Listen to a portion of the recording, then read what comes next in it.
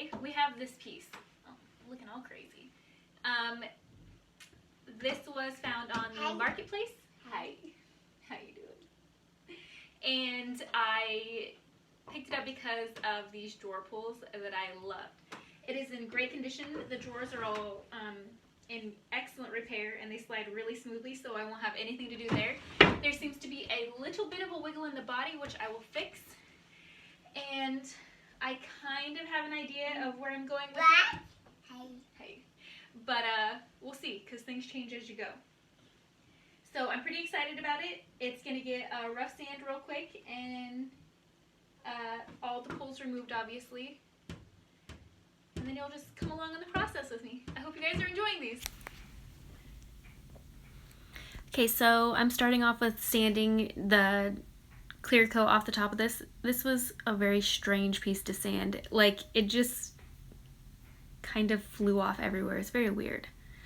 And then this top piece, I wanted to keep wood, and I just stained it dark just for the contrast at the end. And then this here, I'm missing some of my stenciling videos. I'm not sure what happened to them, but they're gone forever. So I have my miniature assistant, as you can see, is making things very easy for me while I'm trying to line this up. But I ended up doing a raised stencil during this part. So I took a little bit of filler and scraped over the top of the stencil with it, and then lifted the stencil up, and it turned out to be a really, really cool raised stencil, which you'll be able to see in a bit. But it just gives it a little more character. I only did it on this one drawer. All the rest of the stencils were done post paint, and I just did in gold. Here I'm just covering up all the tiny little holes that I don't want on there. So I ended up going with a dark charcoal color, and I just went through and painted all the drawers.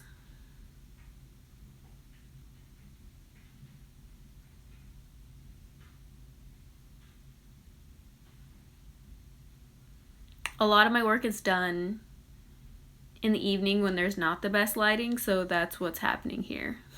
So sorry about that.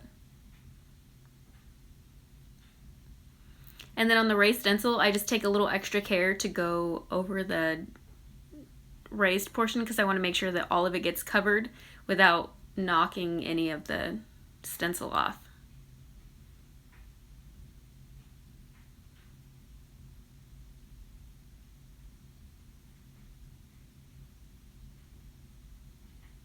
And the baby is just, you know, making sure that the holes stay holes.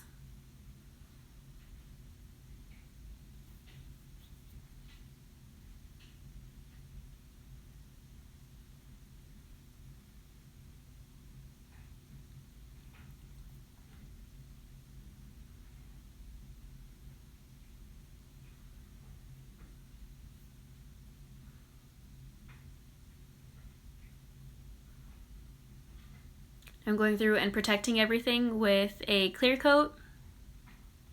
This is just a polyurethane.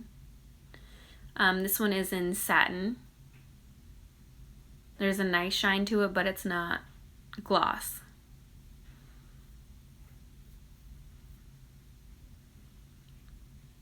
Then I'm doing this on the piece before I do the stenciling, and then I'll go over the stencil with it again for protection of the stencil, but I wanted to make sure if I didn't like the stencil or anything like that, I can always remove it because I have that clear coat down to kind of give me a little bit of wiggle room in what I like if I end up not liking something.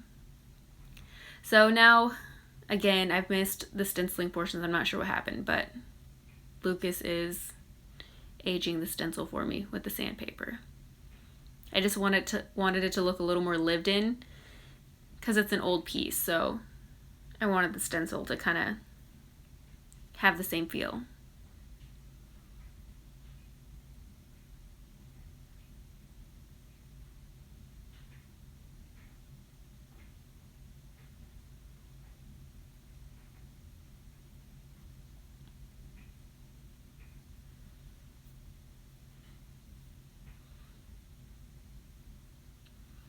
And now, like, one of the best parts is putting the drawer pulls back on. I love seeing everything come together.